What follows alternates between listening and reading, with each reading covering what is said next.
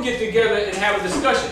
So I came to hear Anthony speak on, I forget the title of the presentation. Socialism. Okay, and that was in December, which I disagree with a lot he said as well. And as a matter of fact, I run a meeting on Wednesday nights, a room full of people that disagree with each other. And that's the kind of rooms that I want. I don't need everybody to come to me like a church on Sunday morning where everybody's agreeing. Because don't nobody get nowhere like that.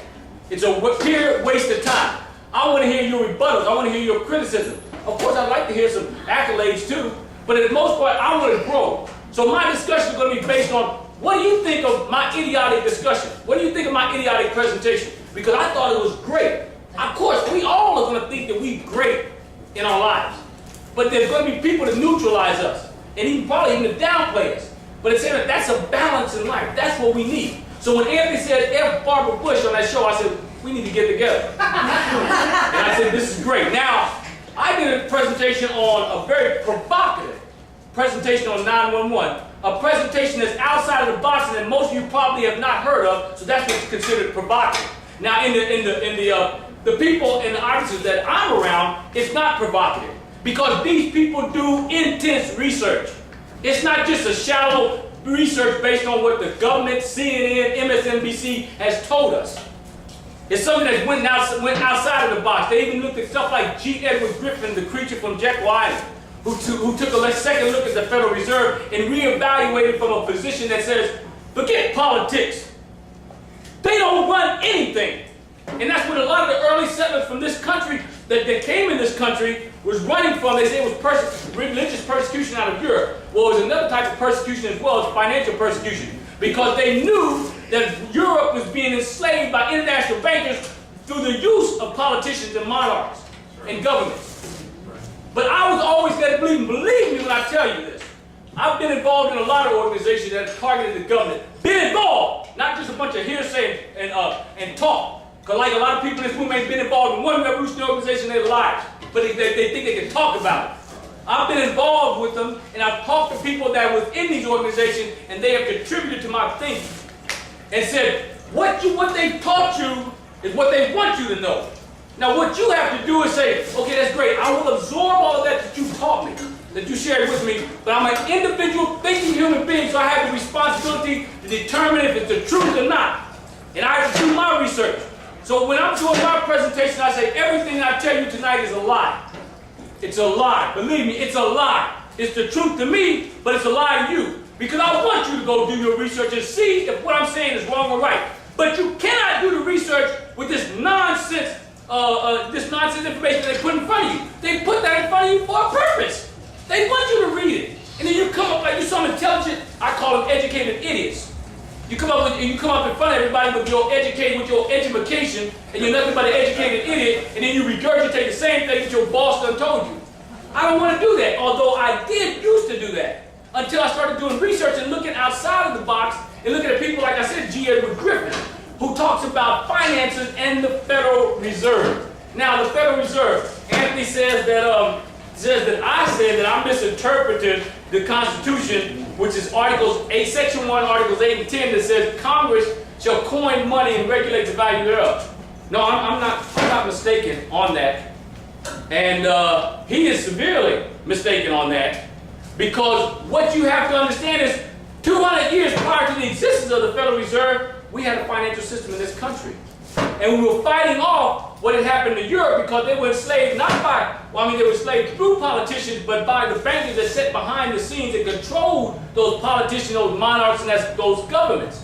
But I'm not here tonight to try to convince you of anything like the host once told me, I got to come here to convince you. I ain't coming here to convince you of nothing.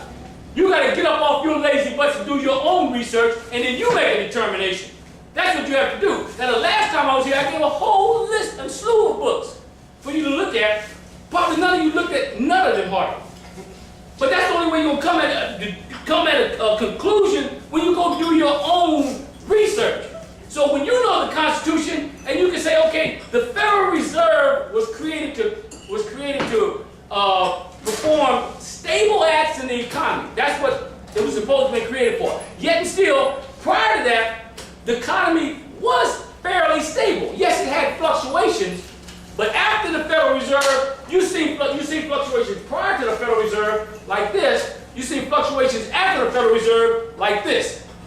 Now, why is that? Because you have a secret cabal of money people in the background that are controlling your economy. So they take you off of a gold standard, which there's stability in a gold standard. If anybody messes up, it's going to be us. If anybody messes it up, it's going to be us. But there's stability in a gold standard. If you study monetary history, you cannot study political history. Political history is one aspect that there's a controlling factor dictating what it's going to do. So let's look at the whole picture. And monetary history is what's not studied on any of these campuses or colleges or institutions around the world. Because if they were, then you would be able to share in what I'm saying about what this money is doing to these governments and countries and etc.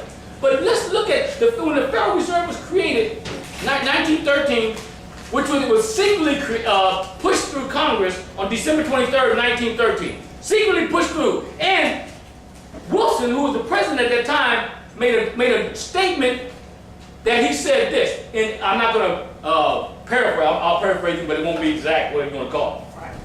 He said, I've done the worst thing in this country that I ever could do.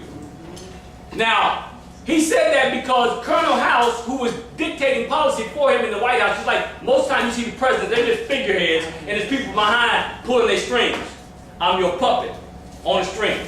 And that's what's happening with all these governments. So behind the scenes, Colonel House, who was a direct representative of the Rothschild family out of Europe, was dictating policy to Woodrow Wilson. He was just a professor at I forget the university. Anybody know the university? Well, anyway, he was just Princeton. He was just a professor. He didn't know really nothing about economic history. They brought him in there so they could do him like they did the rest of the presidents around since the creation of the Federal Reserve and even prior to. Okay, now, there's a lot to cover here. There's a lot to cover here. I brought my little red attaché where I carry everywhere with all of my books in it so I can share that information with you for you to go and read for yourselves, okay? Because it's highly impossible for me or Anthony to really get our points across in 12 minutes on the opening statement. Then we're going to do another 12 minutes so we get a total of 24 minutes each to talk, when it'll probably take us both 2 or 3 hours. I know it will for me, okay? But the point is that if you study financial history, whether it be George Washington, whether it's Abraham Lincoln, whether it's Andrew Jackson, whether it's President Nixon, whether it's Kennedy, Lincoln, whatever, you will find that behind the scenes there's a money controlling factor that we never get the opportunity to study because they're not going to put it in the mainstream media. Who in here has heard of the preacher from Jack Wyman? People primarily, okay, few of you. Who's heard of The Web of Death by Ellen Brown? Who has read it? I should have said that. Oh, okay, forget it. Let's go back there. Who has read these books? Okay, there we go. That's the difference. You have to read this material. I've read all of the stuff that they told me. Everything that Anthony said, that Tony's talking about, I done read all that. And I was thinking like that at one time. But then I had the courage and the audacity to say, wait a minute, let me challenge them.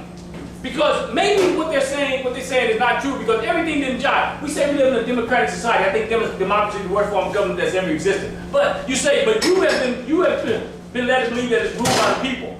It's really mob rule. That's what it really is. But you have conditioned yourselves as slaves to be comfortable in that system because you have never changed. But this country was built on a constitutional republic. And a republic means ruled by law. That's what it means. Democracy wasn't even nowhere mentioned in there. If you read the Constitution, but most of you probably haven't read the Constitution to know that. So the stuff I'm sharing with you, we got one person that held their hand up here. It's probably going to seem like I'm speaking Spanish up here because you haven't read this material. So all I can do is just sit out here and sweat in my little Christopher suit and then say, I hope that you believe me. I hope that you read some of this material that both myself and Anthony